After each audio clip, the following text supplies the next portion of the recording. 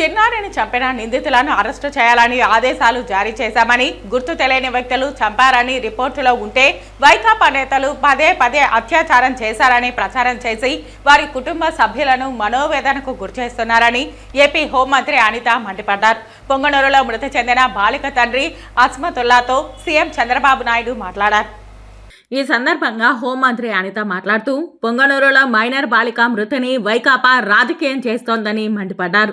6 ఏళ్ల అస్ఫియా మృతిపై పోలీసులు పటిష్ట విచారణ చేశారని చెప్పారు. పోలీసులు తక్షణ స్పందించారని మృతి చెందిన బాలిక తల్లిదండ్రులు చెబుతున్నారు. డాగ్ స్క్వాడ్, క్లూస్ టీం పోలీసులు విచారణ చేస్తున్నారని తెలిపారు. 6 ఏళ్ల బాలికపై అత్యాచారం చేశారని వైకాపా నేతలు చెప్పడం సిగ్గుచేటన్నారు. అత్యాచారం జరగలేదని పోస్ట్ మార్టం రిపోర్టులో ఉందని పేర్కొన్నారు. గుర్తు తెలియని వ్యక్తులు చంపారని రిపోర్టులో ఉంటే వైకాపా నేతలు పదే పదే అత్యాచారం చేశారని ప్రచారం చేసి వారి కుటుంబ సభ్యులను మనోవేదనకు గురిచేస్తున్నారని పేర్కొన్నారు.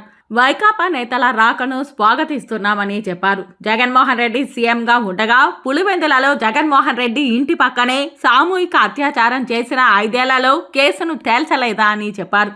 పరామర్శకు పులివెందుల వెళితే అట్రాసిటీ కేసులు పెట్టారని విమర్శించారు.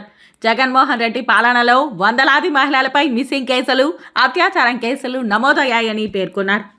అతి క్రూరంగా చంపేశారని ఆ తల్లిదండ్రులు బాధపడతా ఉంటే, లేదు అత్యాచారం జరిపి చంపేశారు అంటే ఈ రకంగా వాళ్ళు అది కూడా రాజకీయం చేయడానికి చూస్తున్నారు.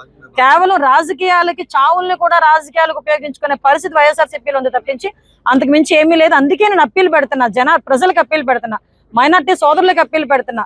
మీరందరూ కూడా ఒక్కసారి ఆలోచించండి. సంఘటన జరిగిన తర్వాత ఎంత తొందరగా రియాక్ట్ అయ్యారో పోలీసులు కూడా. 12 బృందాలు ఏర్పాటు చేయడమే కాదు, క్లూస్ టీమ్స్ దగ్గర నుంచి, డాగ్ స్క్వాడ్ దగ్గర నుంచి, టవర్ డంప్ దగ్గర నుంచి ప్రతి ఒక్క ఆస్పెక్ట్, ఏ ఒక్క చిన్న అవకాశాన్ని కూడా వదలకుండా వితిన్ డేస్ లోనే ఈ రోజు నిందితులను పట్టుకొని ఈ రోజు అరెస్ట్ చేసే పరిస్థితి కనిపించిందంటే అది చంద్రబాబు నాయుడు గారి గవర్నమెంట్ అంటే, అది ఎన్డీఏ గవర్నమెంట్ అంటే.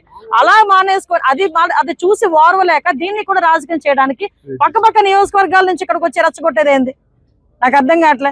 వచ్చి సహాయం చేయండి, అమ్మాయికి భరోసాగా నిలబడండి ఒక రోజు వచ్చి, అంతే తప్పించి ఈ రకంగా చేయటం అనేది మంచి పద్ధతి కాదు. దీన్ని కూడా ప్రజలందరూ కూడా దయచేసి గమనించాలని మనస్ఫూర్తిగా తెలియజేసుకుంటున్నాం. కఠినమైన చర్యలు అయితే తీసుకుంటాం. ముఖ్యంగా ఎవరు దీని రాజకీయ కోణంలో మాత్రం చూడొద్దండి. ఎందుకంటే ఒక చిన్న బిడ్డ చనిపోయింది, ఆ పేరు రివీల్ చేసేదానికి కూడా మా ప్రభుత్వం ఇష్టపడలేదు. దీన్ని వైసీపీ వాళ్ళు వాళ్ళ ఛానళ్లలో పేరుతో సహా చెప్పడం, అలాగే అత్యాచారం జరిగిపోయినట్టు ప్రతిపక్షాల మీద కాకుండా ఇప్పుడు ఎవరైతే రూలింగ్లో ఉన్నామో మా మీద ఏదైనా అభాండారాలు వేసేదానికి ఇలాంటి కార్యక్రమాలు చేపడుతున్నారు. వాళ్ళకు కూడా మేము అప్పీల్ చేస్తున్నాం. మీ ఇంట్లో మీ బిడ్డలకి ఇలా జరిగితే మీరు చేస్తారని అడుగుతున్నాం.